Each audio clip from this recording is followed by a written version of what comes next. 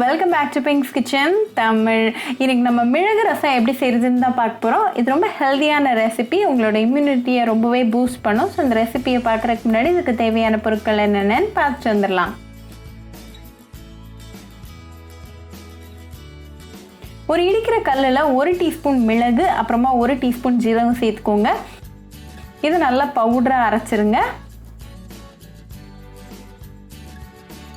இப்போ நல்லா பவுடராக அரைச்சாச்சு. ஸோ இது கூட ஒரு 10 பல்லு பூண்டு, கொஞ்சமாக கருவேப்பிலை இலைகள், அப்புறமா 1 பச்சை மிளகாய் சேர்த்துக்கோங்க. இதை லைட்டாக தட்டி வச்சுருங்க. இதை லைட்டாக தட்டி வச்சுட்டு நம்ம ரசம் செய்ய ஸ்டார்ட் பண்ணிடலாம். ஒரு மண்பானையை சூடு பண்ணிக்கோங்க. அதில் 1 டீஸ்பூன் எண்ணெய் சேர்த்துருங்க. எண்ணெய் நல்லா சூடானதும் 1/4 டீஸ்பூன் வெந்தயம், 1/4 டீஸ்பூன் ஜீரகம், கொஞ்சமாக கருவேப்பிலை இலைகள்,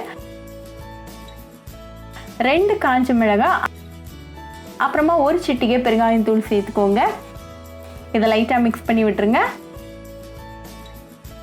மிக்ஸ் பண்ணிவிட்டு இது கூட நம்ம அரைச்சி வச்சுருக்கிற அந்த இன்க்ரீடியன்ட்ஸ் 2 பழுத்த தக்காளியை பொடிசாக கட் பண்ணது, அப்புறமா 1 டீஸ்பூன் உப்பு, அப்புறமா 1/4 டீஸ்பூன் மஞ்சள் தூள் சேர்த்துக்கோங்க. இதை நல்லா மிக்ஸ் பண்ணி விடுங்க. தக்காளி நல்லா மசிகிற வரைக்கும் நல்லா கலந்து விட்டுருங்க. இப்போ தக்காளி நல்லா மசிஞ்சாச்சு. ஸோ இந்த ஸ்டேஜில் 1/4 டீஸ்பூன் முழு மிளகு சேர்த்துட்டு நல்லா மிக்ஸ் பண்ணி விடுங்க.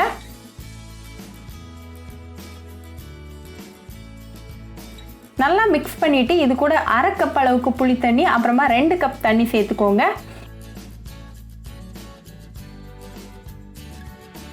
இதை நல்லா மிக்ஸ் பண்ணிவிட்டு லைட்டாக கொதிக்க ஆரம்பிக்கிற வரைக்கும் நம்ம வெயிட் பண்ணலாம். இப்போ லைட்டாக கொதிக்க ஆரம்பிச்சிருக்கு. ஸோ இந்த ஸ்டேஜில் 1/4 டீஸ்பூன் மிளகுத்தூள் சேர்த்துட்டு நல்லா மிக்ஸ் பண்ணி விடுங்க.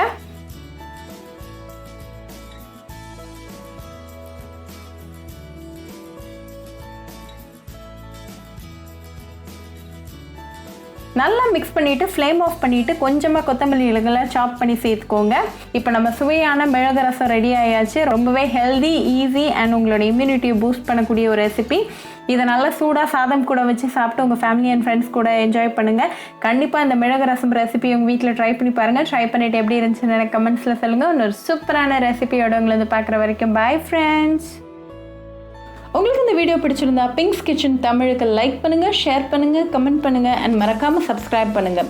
கூடவே பெல் ஐக்கானையும் கிளிக் பண்ணிக்கோங்க. அப்போ தான் நான் போடுற வீடியோஸ் எல்லாம் உங்கள் நோட்டிஃபிகேஷனில் வரும். உங்களுக்கு ரெசிபிஸ் இங்கிலீஷில் பார்க்கணும்னா பிங்க்ஸ் கிச்சன் சேனலை பாருங்கள்.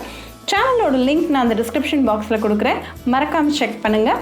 இன்னொரு இன்ட்ரெஸ்டிங்கான ரெசிபியோட உங்களை பார்க்க வர வரைக்கும் பாய் ஃப்ரெண்ட்ஸ்.